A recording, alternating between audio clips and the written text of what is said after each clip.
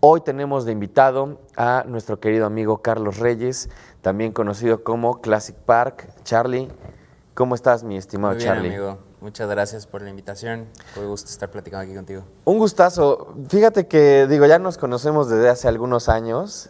Hemos compartido escenario en alguna ocasión, ¿no? Incluso.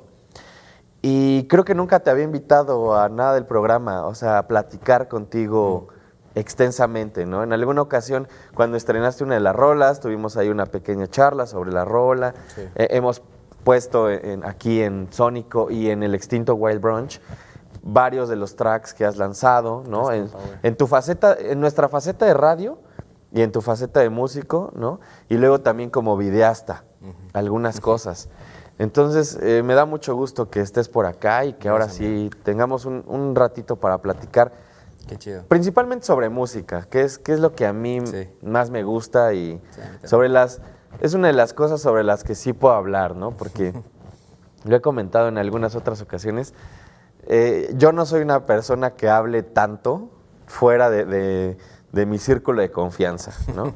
Sí, yo también. O sea, hablar de música es chido. También como que a mí, a diferencia de ti, no me sale ser tan elocuente respecto a la música que escucho, pero sí me gusta como entrar en el cotorreo alrededor de pues de las cosas que me gustan, ¿no? Entonces, se me hace chido. O sea, se me hace un buen experimento ahorita como juntarme contigo a platicar sobre eso.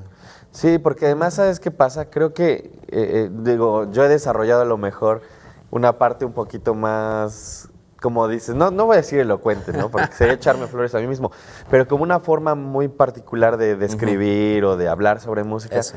porque tal vez llevo un tiempo haciéndolo en radio y en televisión, pero esencialmente la música es algo muy emocional, ¿no? Y es algo que tiene que ver mucho con tu personalidad, ¿no? De hecho, te voy a platicar algo también para que desarrollemos una parte de esto. Hace poco hablaba con unos amigos sobre las playeras de las bandas, ¿no? Y la importancia que tienen las playeras de las bandas. Sí. Y lo platiqué incluso con David, ¿no? Hace no mucho también, que le mandamos un saludo Hola, amigo. al buen Di.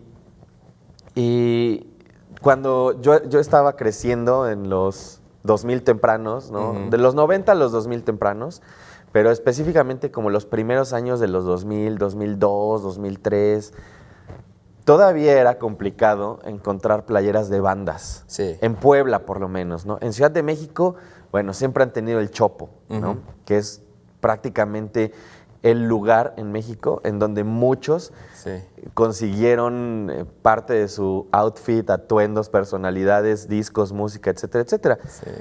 Pero yo, que soy de Puebla, y tú, que eres de Veracruz, seguramente tuvimos el mismo conflicto en la adolescencia, cuando algo te gusta, pues ¿dónde lo encuentras, no? No, era muy difícil. O sea, justo, si Puebla, pues estaba difícil conseguir esas cosas, pues allá en Cuatza, que pues ajá, o sea, soy de Veracruz, pero de Cuatza, o sea, todavía más al sur, era imposible. O sea, tenía un par de compas, de hecho, ahora que lo mencionas, que sí venían al Chopo y era como, pues justo, te contaban así, no, hombre, y es que hay cada cosa que te encuentras, toda la merch de las bandas que nos gustan y pues es como de, pues chido, ¿no? O sea, pues ajá, hasta acá nunca va a llegar.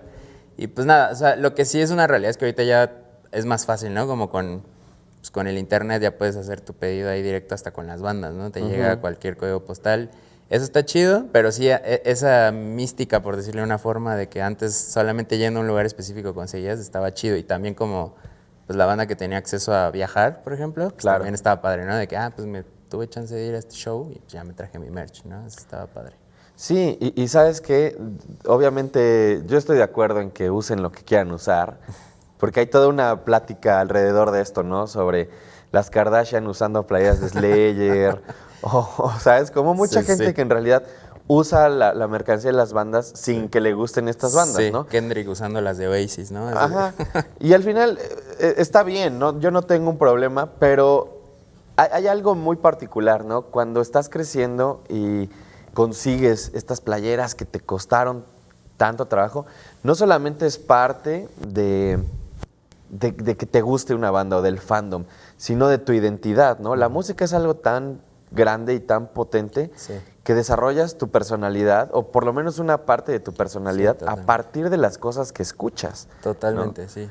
Y creo que todo este rollo de las playeras de bandas, pues en un momento para mí era, llegaba a la prepa o a la secundaria y si no conocía a alguien y le veía una playera de una banda que me gustaba, era como, esta persona es como yo, tiene los mismos intereses, podemos ser amigos, ¿no? Sí, era un trigger de conversaciones.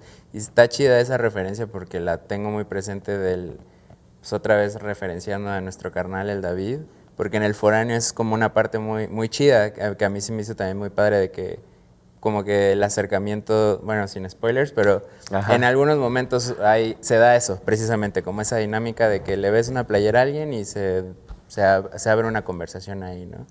Y está chido eso también que dices como del apego a ciertas como pues, prendas o artículos que consigues de otros lados referenciales a la música, porque sí se vuelve como como, no sé, como que una cosa muy propia. O sea, recién justo nos pasaba que pusimos unos vinilos, unos discos allá a vender ahí en el Bailongo, que ahorita platicamos del Bailongo. Y pues los compré entre Fernis, que es mi pareja, y yo, así de que en nuestros viajes y todo. Y son cosas muy sencillas, tampoco es como que así rarezas muy peculiares ni nada. Pero a la hora de que ya estaban exhibidos y la gente llegaba a preguntar, o sea, de repente, o sea, entre Fernis y yo era como de, ¿será que sí las vendemos o mejor nos las guardamos? Porque pues sí son como nuestras, así como que sí hubo un apego ahí muy distintivo. Entonces al final elegimos no venderlas por ahora, pero ajá, o sea, como que sí se vuelve un tema. O sea, al final la música en cualquier formato físico siento que agarra como otra dimensión con el usuario, ¿no? O sea, Claro. Oye, ¿y qué discos eran? pues por ejemplo llegan, o sea, también es una cosa muy chistosa porque obviamente agarran los más populares y nada más preguntan, o sea, Ajá. la neta banda, no sean así.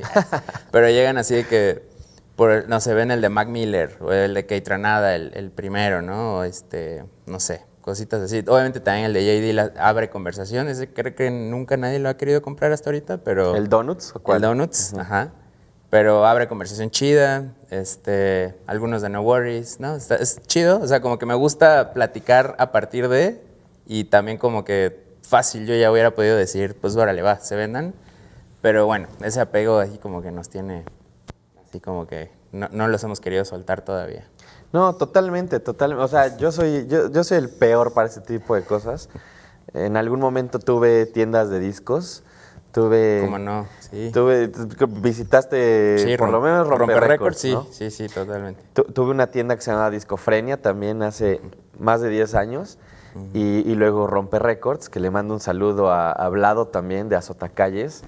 Nice. Y Bien, teníamos esta tienda y muchas cosas de las que yo compraba, justamente las compraba como pensando, bueno, si yo entrara a una tienda de discos, quisiera encontrar este disco de Coil aquí. Tuve en algún punto también cosas de J.D., la de MF Doom, ¿no? Como muchas cosas que como mencionas a lo mejor son más como algo que va a aprender la conversación, ¿no? Que no necesariamente se van a llevar. Y tú sabes, cuando llega alguien que colecciona discos y que compra, lo puedes ver en su mirada. Es gente adicta, como yo.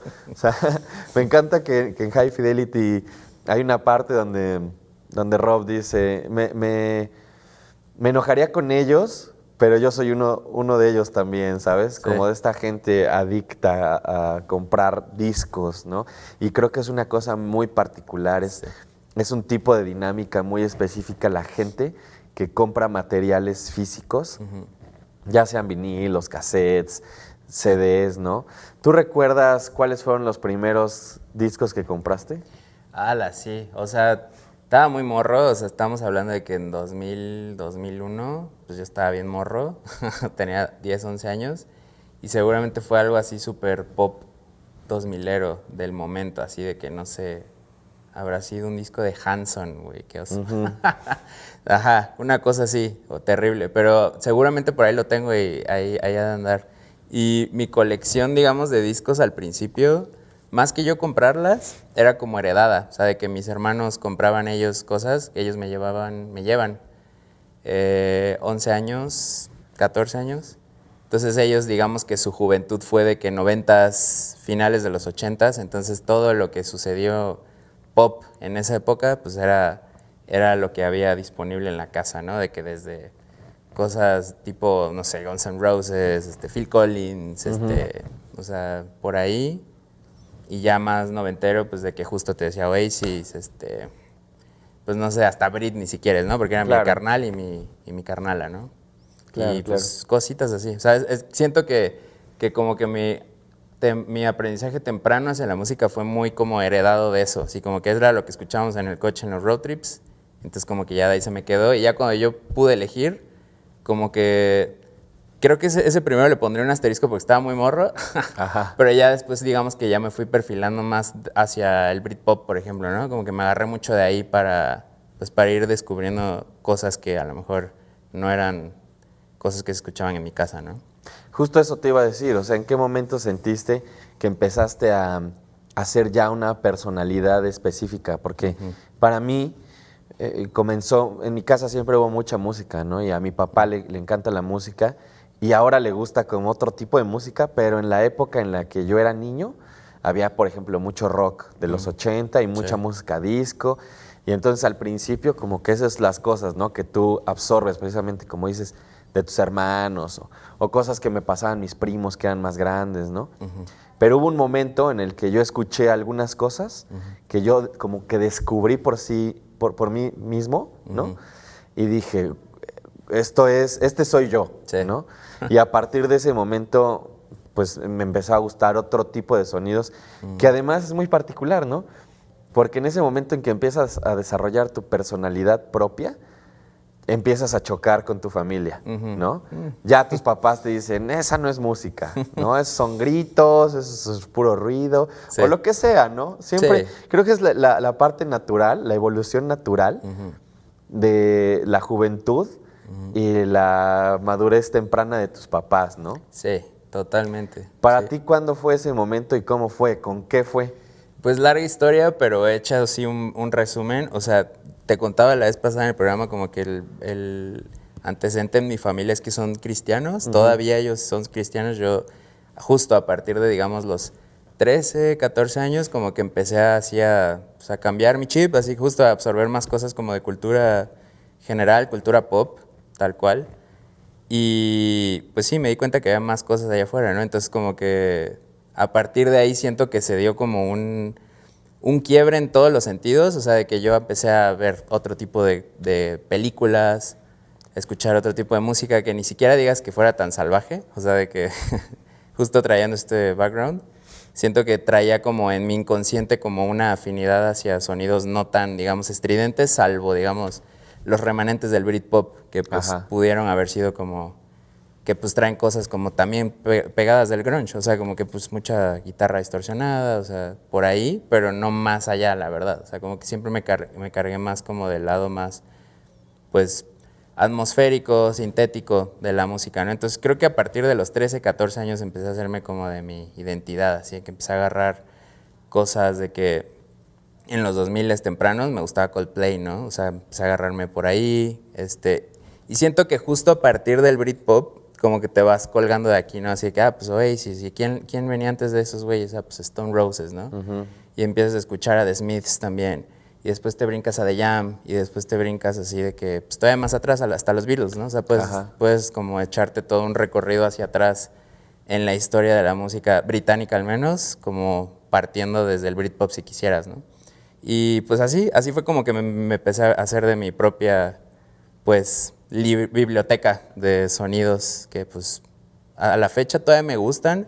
Hay cosas que sí ya he aprendido también a discernir, órale, pues estuvo chido en su momento, ¿no? Pero ahorita a lo mejor ya no resueno tanto con eso.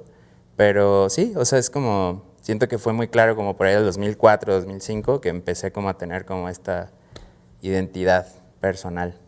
Y fíjate, creo que además es completamente normal, ¿no? Esta parte de algo que te gustaba, que forjó un poquito de tu identidad y después ya no te hallas con eso, ¿no? Y otra cosa que me mencionabas y me gusta mucho es como estas puertas de entrada hacia otras cosas, Sí. porque a mí me pasó en diferentes formas y diferentes ocasiones, pero una de las que fue muy fuertes para mí fue cuando escuché a Nirvana por primera vez, ¿no? Y igual, como a los 10, 11 años. Y me gustaba mucho el Unplugged de Nueva York, Uf, ¿no? Y entonces buenazo. venían ahí los Está Meat chido. Puppets, ¿no? Tocaban los Meat Puppets y estaba Lori de Earth tocando el cello y tocaban una canción de David Bowie y como toda esta parte no musical o no estrictamente musical que te dice una banda o el subtexto de una banda, para mí fue esencial, ¿no? Y de repente me acuerdo que buscaba en las revistas, compraba muchas revistas en ese entonces. Había antes unos objetos que se llamaban revistas, ¿no? Para nuestro público más joven, seguramente no las ubican. El otro día fui a la tienda del Búho y resulta que la Rolling Stone cuesta como 300 pesos. ¿What? Y tenían ¿En en la serio? portada, no me acuerdo a quién, alguien como del regional Ah, mexicano o ya. del reggaetón, ¿no? Ok, al nata. Ni siquiera el Nata. Alguien ahí que Ok, seguramente es famoso o sí, famosa y yo no tengo idea. Pero órale. bueno, regresando al otro, me acuerdo que compré unas revistas donde venía como una foto de una lista del diario de Kurt Cobain con sus discos favoritos, Mm, ¿no?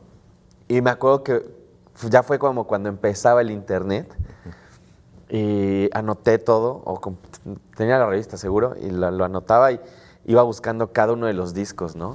Y venían unos discos de los Butthole Surfers, venían discos de los Wipers, de las Breeders, de David Bowie, de hecho me acuerdo perfecto, venía el The Man Who Sold the World de David Bowie, y fue uno de los primeros discos que escuché de él porque justo era como, si a Kurt Cobain le ujú, gusta esto, tiene sí, que gustarme a mí, ¿no? sí, sí, sí. Y creo que es una parte bien interesante el cómo vas uniendo los hilos, Ujú. ¿no?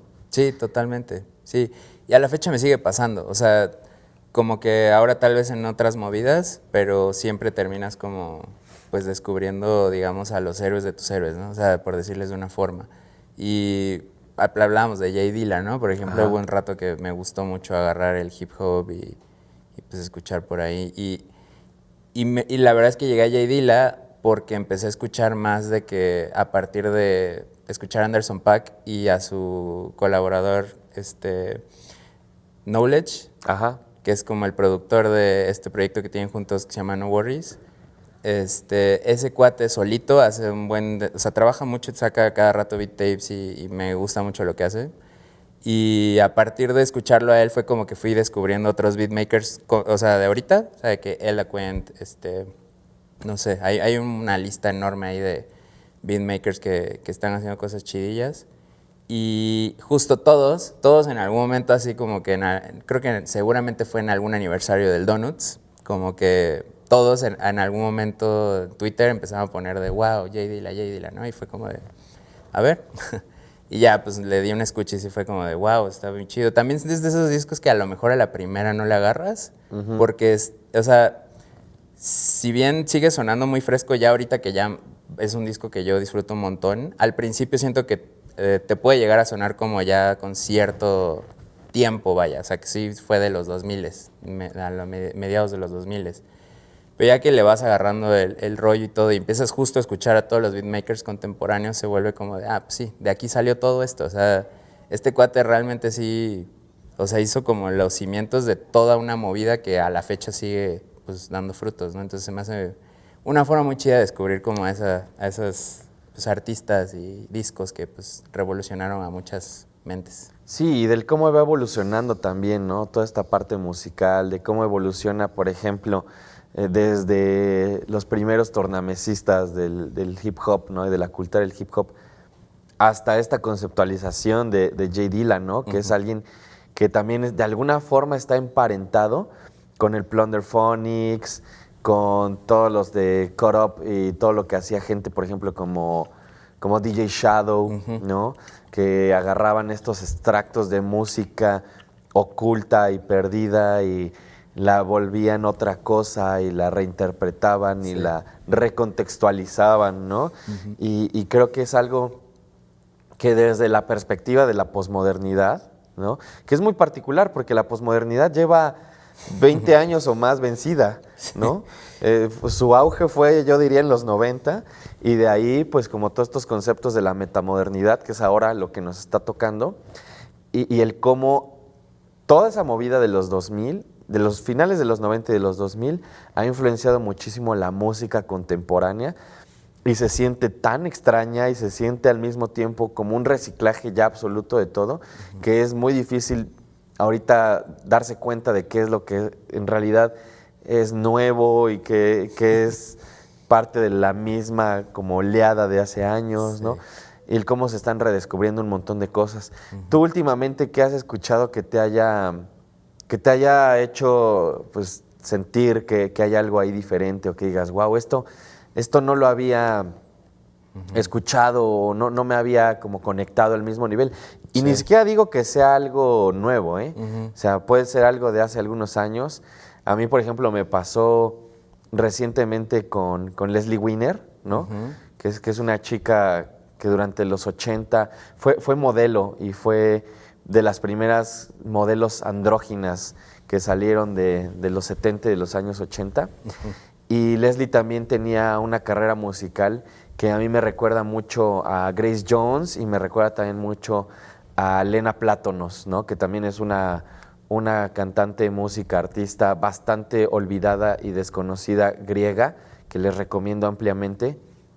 Pero Leslie pues fue parte de una movida que a mí me vuela la cabeza, y que musicalmente es algo que me parece fabuloso y me parece súper adelantado a sus tiempos, y apenas lo descubrí, ¿no? Entonces, seguramente por ahí ha de haber algo con lo que tú has conectado de esta misma manera. Sí. Y que creo que es una de las cosas más bonitas de la música, ¿no? Cuando Sí. crees que ya sabes todo, te das cuenta que no has escuchado nada. Hay una inmensidad de sonidos y de música por descubrir y por escuchar, que no te la vas a acabar en 3 o 4 vidas, ¿no? Sí, pues justo decías DJ Shadow Introducing, es como uno que de pronto lo agarré hace poquito y lo empecé a escuchar porque también es de esos que siento que al principio a mí me cuesta trabajo entrarle, como que es como de, o sea, o sea, a lo mejor no me quedo a escucharlo de corrido,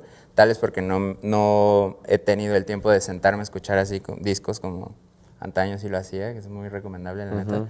Pero o sea, es de esos que también, como le escuchas algo, sí dices, órale, vale, voy a dar otras oportunidades. Y a la tercera, cuarta, como que ya le empiezas a dejar correr más y te clavas y escuchas cosas que dices, órale, qué chido, ¿no? Entonces, como que creo que podría decir ese. También estoy escuchando hace poco, no recuerdo el nombre del disco, pero uno de los primeros de Fortet, que también siento que trae cosas por ahí, o sea, también siento que se cargaba un poquito hacia los samples, pero como siempre le ha hecho este compa, pues agarra los sintes y también se pone a jugar con ello encima, entonces eso es a mí lo que siempre me ha gustado de Fortet desde que lo topo, y siento que escuchar su trabajo previo es como padre, o sea, como que yo siento que tengo como un timeline con él de que de 2012 para acá, y antes de eso no topaba nada, entonces como que fue de, a ver, vamos a ir descubriendo pues lo que pasó, así de que finales de los 90, 2000, que pues ahí es donde empezó, ya tiene un rato mi carnal chambeando, entonces sí, y siento que en general con artistas que ahorita a lo mejor ya tienen un rato sacando música, me pasa que cuando escucho sus materiales, los primeros, que a lo mejor no he escuchado, es como de, wow, qué refrescante. También me pasó en su momento con los Avalanches, ¿no? Así que también es otro proyecto que es súper sample-based, o sea, y el Sinsa Left es como una revolución, y ya luego cuando ves la fecha de cuando salió es como, En el no 2000. manches, justo, sí. Justo O sea, en el 2000. y suena tan fresco como nunca, porque pues es como, justo es como un estilo de trabajar la música, de darle otro propósito a ciertas rolas de antaño que pues terminan siendo piezas nuevas que pues como que mantienen una cierta frescura por lo mismo, porque están como ensambladas, es como un collage sonoro, yo siento todo este trabajo del sample. Además es una cosa absurda el cómo trabajan los Avalanches, ¿no? Que no me acuerdo del número específico, pero eran miles de sampleos en un disco, ¿no? Y que justo por eso eran como los reyes del Plunderphonics, de toda esta mezcla y recontextualización de la música. Y a mí ese material en particular también fue una de las cosas que me cambió el chip. Sí. Y cuando tenía el Cholula Dance Division, era uno de los, como de las grandes influencias, ¿no? Qué De chido. vamos a agarrar estos samples y destruirlos hasta el punto en el que sean irreconocibles, ¿no? Y podamos hacer algo nuevo a partir de eso. Y justo retomando la conversación de hace rato, como en cuanto a los artistas que escuchan estos artistas, justo escuchar a The Avalanches, a The A. Dilla, a todos estos que trabajan con samples, es una muy buena forma de descubrir música de antes. O sea, pues escuchas cosas del R&B setentero de repente, ¿no? Así, no sé, o sea, desde la banda que tenía Lionel Richie, que se llamaban, ya no me acuerdo cómo se llama ahorita, pero ajá, o sea, como toda esta movida de Motown setentera y tal, es mucho de donde parten las referencias de estos artistas y de pronto también cosas más contemporáneas al momento en que hicieron su material. Entonces creo que es chido de repente meterte a leer la lista de samples que se usan para descubrir música nueva. Es una actividad que luego sí me gusta hacer. Amigo, ya hablamos un poco sobre todos estos contextos musicales, sobre algunas cosas que has estado escuchando últimamente, pero también para mí es muy importante, y sobre todo en estas entrevistas y en estos programas que estamos haciendo, hablar sobre los procesos creativos, ¿no? El cómo cada quien aborda lo que se convierte en una parte final o en algo final ya musical, porque es tan diferente el cómo se hace la música desde cada perspectiva, como la música misma, ¿no? Creo que muchas veces el cómo contextualizamos, por ejemplo, a mí en términos musicales, o el cómo trabajo yo mi música, tiene mucho que ver con conceptos primero, ¿no? Entonces a mí se me ocurre, voy a hacer un disco que sea sobre tal tema y lo voy a hacer así y así, y solamente bajo estas perspectivas. E incluso a veces pienso hasta en los títulos primero que en la música, ¿no? Y a partir de eso tengo una libreta en donde anoto todas estas cosas, ideas y, por ejemplo, conceptos incluso del cómo voy a grabar ciertas cosas, ¿no? Esto lo voy a grabar en do mayor, a tantos beats, etcétera, etcétera. Y después ya me siento y me pongo a experimentar con todo eso ya en los instrumentos, ¿no? Qué chido. Para ti, ¿cómo es tu proceso? ¿Cómo empiezas? ¿Cómo dices, voy a hacer una canción o tengo esto en la mente? ¿Piensas en la melodía? Sé, porque lo hemos platicado en otras ocasiones, que tu instrumento primario o el primero que empecé a tocar fue la batería. Sí, así es. ¿No? Cosa que también me pasó a mí. Yo en realidad soy baterista y de ahí empecé a tocar otras cosas y empecé a tocar el bajo y los sintetizadores y bla, bla, ¿no? Sí. Pero siento que mi aproximación a la música, y esa es una teoría mía, no digo que sea real, siento que hay dos aproximaciones a la música, y una es desde lo rítmico y otra es desde lo melódico, ¿no? Y generalmente la música que está más hacia lo rítmico es porque los instrumentos principales de quien la está haciendo son o la batería o el bajo. Y la gente que es más melódica, desde su aproximación, es porque aprendieron primero a tocar la guitarra o el piano o algo así, aunque el piano es un instrumento percusivo también, bueno, parcialmente. Sí. Pero para ti, ¿cómo es todo esto? Sí. ¿No? Te aproximas desde lo rítmico y luego, ¿cómo es tu proceso? ¿Cómo empiezas? Creo que me gusta dejarlo abierto a diferentes acercamientos, porque si bien justo me gusta empezar a partir de la base rítmica, de repente también, bueno, o sea, aprendí primero la bataca, o sea, como contexto, pero después en algún punto de mis 12 años, 13 años, pues agarré una guitarra que estaba ahí tirada en la casa y pues empecé a aprender guitarra yo solo. O sea, todo lo que sea tocar lo aprendí pues yo solo, lo único que tomé clases fue batería justo. Entonces siento que este acercamiento como muy lírico hacia lo melódico, como que sí me triguea de repente ideas melódicas, ¿no? Entonces es muy, muy abierto para mí como acercarme a empezar una idea. O sea, a veces puedo abrir el Ableton y armar primero mi beat, que pues es como una forma muy divertida, siento, de ponerle una base a tu jam. Entonces armas tu beat y justo el siguiente instrumento que me gusta agregar es el bajo porque siento que pues, se llevan chido, ¿no? O la otra es que de pronto se me ocurre alguna idea, así como alguna melodía que traigo así en la cabeza, que empiezo a tararear cuando estoy lavando trastes o lo que sea. Y me es más fácil llegar como al teclado, así que pongo un sonido de un Rhodes o el synth incluso, o sea, con el Juno, me pongo así a hacer como atmósferas o acordes tal cual y trato de pues armonizar esta idea que traigo en la cabeza, ¿no? Y como ponerle una base melódica a esa tonadita, por decirlo de una forma, ¿no? Y cualquiera de las dos funcionan. Siento que cuando parte de lo melódico terminan siendo canciones donde sí canto, donde es más fácil para mí como meterle una guía que tenga como voz. Y cuando es la otra, siento que a veces me gusta más dejarla como beat, aunque a veces también termino evolucionando a cosas con voz, ¿no? O sea, ¿qué es lo chido, siento, de ese otro approach, como a partir del beat? Siento que como ya tienes una estructura, una base, un beat tal cual armado, de ahí lo puedes llevar donde sea. O sea, puedes hacerle una sección B, puedes hacerle un puente, puedes agregarle una melodía.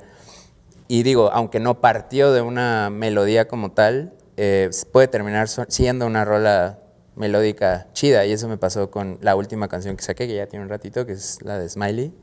Como que fue un beat así, tal cual, un beat de 8 barras. Y después se me hizo muy fácil porque siento que tiene como unos acordes muy, muy melódicos, una base muy, pues, digamos, fácil de ejecutar, pues agregar una voz, ¿no? Y eso fue como el proceso, justo fue de esa forma. ¿Y sientes que siempre es parecido tu proceso o que ha ido cambiando con el tiempo? Sí, se ha ido cambiando. O sea, de repente, de muy morro, el primer acercamiento hacia crear rolas era con la guitarra. O sea, con la guitarra y el piano, así de que, y pues era muy como con las referencias que traía, como lo platicábamos, ¿no? Como muy acercado de esa forma, que pues todo partía de una guitarra y era como crear canciones, tal cual, que pues pudieran funcionar acústicas y después ya con una banda, pues que no tuvieran tema. Pero sí, definitivamente se fue evolucionando mi forma de componer música porque pues empecé a tener acceso a otras herramientas. O sea, tener acceso al Ableton para mí, que es como mi programa de base, fue como, pues sí me cambió la forma de crear música. E incluso ya trabajando en el Ableton, ha cambiado mi forma de acercarme a crear la música, porque al principio yo trabajaba mucho precisamente porque traía la estructura de crear, o sea, la canción. Entonces trabajaba mucho como haciendo tracks completos e ir agregándole capas a ese track completo. Ahora mi acercamiento es más como beats de 4 u 8 barras, y entonces eso está en loop todo el tiempo, y encima voy agregando como sección A, sección B, bajo, guitarra, sintes sobre todo, es como donde más trabajo. E incluso me gusta más porque siento que me permite como probar si el bajo, así el eléctrico, el Fender Bass es el que va a funcionar, o si va a ser mejor un bajo con el sinte, con el Mini Brute, que también se me hace algo muy, muy padre. Y pues no sé, o sea, como que te permite visualizar como de qué otra forma puedo acercarme a esta rola sin usar los instrumentos que siempre utilizo, ¿no? Como qué otros instrumentos me pueden funcionar para este jam, ¿no? Sí, sí, totalmente. Y sientes que también a partir de el instrumento con el que estás componiendo ahora, por lo que mencionas de la guitarra, determina el mood o la personalidad de la canción. Si empiezas una canción con un bajo, por ejemplo. Sí, sí, totalmente. Porque tengo jams, o sea que igual y nunca salen, igual y sí, de repente pues puede ser que lo saque, pero que empiezan justo como con cosas con el bajo. O sea, hace poco tuve un jam así como puro bajo y el beat, que estaba súper como post-punk, así como rockero, ya sabes, así como atascado, como súper distorsionado, como justo la distor a tope, todo súper saturado, el beat también. Entonces se siente como una base que a fuerza te pide que agregues otra guitarra, ¿no? Como muy así ruidoso. Entonces sí, o sea, sí afecta. O sea, como que depende de dónde partas tu jam y qué proceso le pongas a tus instrumentos, es hacia dónde se perfila el sonido final, el producto final, pues del jam, siento yo. Fíjate, por ejemplo, ahora que mencionas, tú sí tienes estos demos o como estas maquetas que guardas y tienes ahí. Tengo un buen. No, ni me digas. Yo no, yo por ejemplo no hago eso, ¿no? Soy muy estructurado con ese tipo de cosas y entonces a veces digo, esto van a ser 7 canciones. Wow. Y entonces chido. trabajo las 7 canciones hasta que se acaban y no tengo ni un demo y a veces eso o ninguna maqueta, a veces eso me afecta porque me gustaría tener cosas guardadas que diga, bueno, esto no lo usé, lo puedo usar en otra cosa, ¿no? Sí. Ahorita que estoy trabajando y que te lo decía para ver si hacemos una futura colaboración, Jalo. tengo un track que fue el track que empecé cuando acabé la temporada creativa de mi último EP, ¿no? Y dije, bueno, ya acabé eso, ahora esto va a ser otro mood completamente distinto. No es tan distinto al final, ¿no? Pero es otro mood. Y entonces lo tengo ahí y es como el primer track que tengo que voy a empezar a trabajar a partir de esta nueva etapa. Y que bueno, igual y con eso empezamos a colaborar, mi Charlie. Me encantaría, ¿No? estaría súper chido. Yo encantado de colaborar. O sea, justo siento que mucho de crear como música, a mí en lo personal me funciona individual, pero cuando ya lo compartes con alguien más se vuelve como algo más grande que tú, siento yo, ¿no? Como que ya es un rebote de 2 mentes o 3 o las que estén involucradas en el proceso creativo, que pues termina creando una cosa que de ninguna otra manera hubiera terminando sucediendo, ¿sabes? O sea, eso se me hace muy chido visualizarlo de esa forma, entonces, jalo. Amigo, pues fue un gusto platicar contigo. Espero que se repita en alguna otra ocasión, Sí, yo especialmente cuando ya haya más material nuevo para que se Sí. tenga por acá de pretexto. Venga. ¿Y dónde te pueden escuchar? Sí. ¿Cómo te pueden encontrar? ¿Tus redes? Y ya no nos dio tiempo de hablar de eso, pero Bailongo. Ah, Bailongo sí. es un proyecto ahorita en Cholula junto a David Espinosa, Sí. Fernis y Diana, Diana. que es Lili. una especie de deli, tienda de cómics, de ropa, de diseño. También, ¿dónde pueden encontrar toda esa info? Sí, bueno, a mí me encuentran como Classic Park, @ClassicPark_ en todas las redes. Y sí, justo hablando de Bailongo, es un proyecto muy que queremos mucho, es como un nuevo spot para que vayas a conocer tal vez tu nuevo cómic favorito o encuentres una pieza de arte. De repente hay expos de artistas que van a estar pues cambiando cada mes. Y de repente también vamos a hacer shows pequeños que les llamamos el escritorito, wink wink, y pues que va a ser como una modalidad muy en corto, pero el chiste es grabar la sesión y subirlas a YouTube. Entonces busquen bailongo_mx en Instagram y por ahí se van a enterar de qué onda y por ahí los veremos. Nos dará gusto verlos por allá.